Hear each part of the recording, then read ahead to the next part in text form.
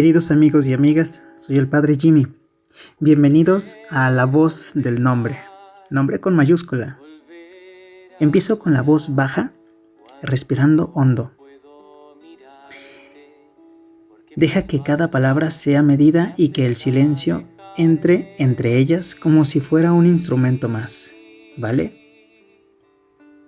Hoy les traigo un tema que es raíz y hondura, el silencio primordial. Les invito a dejar la prisa a un lado, a acomodar la respiración y a escuchar como si estuviéramos entrando en una iglesia antigua donde aún huele a velas y a incienso. El silencio no es un vacío, es un útero que sostiene el canto que vendrá. Piensen por un momento en el primer sonido que emerge cuando abrimos la boca. No es solamente una vibración física, es un acto de memoria, de filiación y de creación. En la tradición cristiana decimos que el verbo precede a la palabra, que la palabra, el logos, no surge de la nada, sino que brota de un silencio pleno. Este silencio primordial no es silencio mudo, es densidad, espacio cargado de presencia, como la tierra antes de germinar. La cosmología bíblica comienza con un fiat, que nace en el seno de un silencio que escucha. No hubo, por tanto, en el origen un ruido caótico que golpea. Hubo una escucha que permitió que la forma se hiciera melodía. Desde la fenomenología del lenguaje podemos decir que todo decir está ya condicionado por una escucha previa. Para que una nota exista, antes hay una pausa que la anuncia. Para que una palabra sea profética, ha habido una soledad que la ha convocado. El sentido del silencio primordial es precisamente este, la condición de posibilidad del canto y del discurso humano y divino. Cuando decimos que la liturgia empieza con un silencio, no es retórica, es antropología teologal. Enseñan los padres que el alma se dispone en silencio para recibir la palabra. San Agustín, en su urgencia confesional, nos recuerda que el corazón encuentra a Dios más por escucha que por elocuencia. Y los monjes del desierto nos legaron la práctica simple. Antes de cantar, hay que aprender a estar en presencia. Un estar que es gesto y disciplina. Créanme cuando digo que el silencio tiene textura. Hay silencios ásperos de miedo, silencios romos de costumbre, silencios espectrales de pérdida y silencios fértiles, tibios como campo recién regado. El silencio primordial es de estos últimos. No evita la palabra, la alimenta. En las místicas orientales, esa vibración originaria, el Om hindú o el nada de ciertos místicos zen, no es un sonido más, sino la matriz de todos los sonidos. En el sufismo, la repetición del nombre se apoya en pausas donde el corazón aprende a reconocer la huella del amado. En la liturgia judía, la pausa entre lectura y oración es donde la palabra se hace responsabilidad. Podemos, por tanto, decir que el silencio es una tecnología espiritual, una técnica que transforma al sujeto hablante en sujeto escuchante. ¿Y qué lugar ocupa el cuerpo en este silencio religioso? Mucho. La voz nace de la respiración del vientre y el vientre de la tierra. Un cantor litúrgico sabe que el silencio no se impone, se cultiva. Acomodar la respiración es cuidar la posibilidad del canto.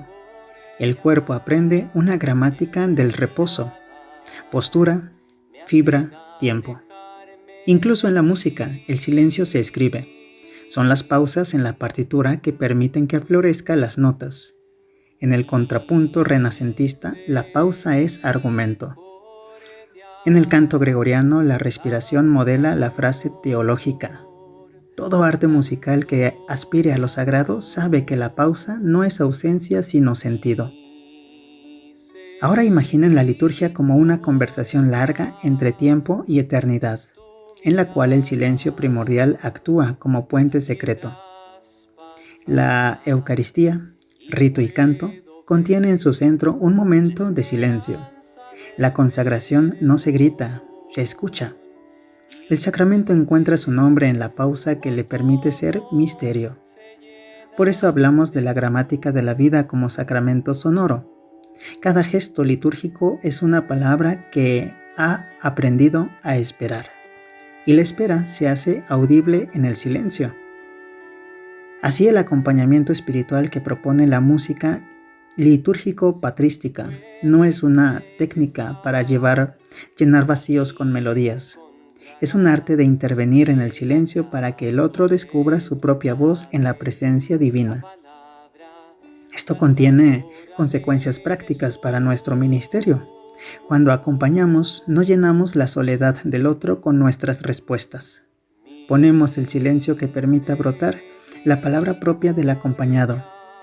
Ser acompañante es, en este sentido, ser instrumento que sostiene el silencio. Es un oficio humilde, porque tenemos que esperar. Ponemos nuestra respiración a la par y confiamos en que la melodía del otro se revele. Hay una divina humanidad en este acto. Dios custodia siempre la primera palabra y nosotros aprendemos a hacer eco. La modernidad nos ha vuelto hábiles en el ruido, pantallas, notificaciones, urgencias, pero también nos ha vuelto pobres en silencio. Este empobrecimiento no es solamente psicológico, es teológico. Hemos perdido la percepción de que el silencio es un sacramento. Recuperarlo exige prácticas concretas. Les propongo una que puede hacer ahora, usted, tú, mientras me escuchan. Cierren los ojos por 1 minuto. Respiren 5 tiempos. No busquen palabras. Permita que cualquier sonido que aparezca sea como un visitante. Si viene un pensamiento, déjenlo pasar como nube. En ese minuto, no intenten producir nada. Simplemente sostengan la escucha. Así, de a poco, volverá a su cuerpo la memoria del silencio. No quiero que crean que el silencio es pasividad, no. Por el contrario, en la liturgia y en la música el silencio es una energía creadora. Es ahí donde la voz de Dios puede tocar la fibra de lo humano. Y cuando esa voz toca, el canto nace no de la técnica, sino de la obediencia. Obediencia a la melodía que nos precede. Pensemos en la encarnación. El Verbo se hace carne y sin embargo no arrasa con el silencio humano. Lo asume. Jesús habla y también guarda silencio. En el Getsemaní, en la cruz, el silencio es liturgia. Acompañar con voz litúrgica es entonces acompañar en la medida justa. Dar palabra, acompañar la pausa, sostener la mirada que escucha. También hay una política del silencio. No todos los silencios son santificantes. Hay silencios cómplices del abuso, del olvido, del silencio que perpetúa la injusticia. La teología crítica nos obliga a distinguir el silencio que cura del silencio que daña. Cantar la vida con sentido implica denunciar los silencios que someten. Ser un cantor litúrgico implica, por tanto, tomar una postura. Usar el silencio para escuchar la verdad y la voz de los excluidos. La mística auténtica no nos absuelve de la historia, nos compromete con ella. El mundo contemporáneo necesita además recuperar la memoria sonora colectiva. Nuestra tierra y nuestro tiempo están llenos de cantores populares, de fábulas indígenas, de himnos que no caben en las partituras oficiales. Escuchar esos cantos es abrir la liturgia a la polisofía humana. Polisofía humana, wow. Los sonidos de las comunidades indígenas, sus silencios rituales, sus leyendas, contienen una teología de la creación que dialoga con la patrística. Traerlos al coro es practicar la hospitalidad del silencio, dejar que la voz propia se pueda encontrar con otras voces en un mutuo respeto que nace de la escucha. Permítanme sugerir un pequeño ejercicio práctico que puedan grabar para su propia voz. Antes de cantar, deténganse y pronuncien interiormente una sola palabra que les lleve al origen. Puede ser la palabra nombre, luz, aquí. Mantengan esa palabra en la respiración por 10 segundos. Luego, sin forzar la voz, entonen una sílaba alargada y escuchen cómo suena en el pecho. Repítanlo por 3 veces. Noten cómo el silencio anterior hace que la nota nazca distinta, con más presencia, con menos prisa. Esta técnica no es un truco.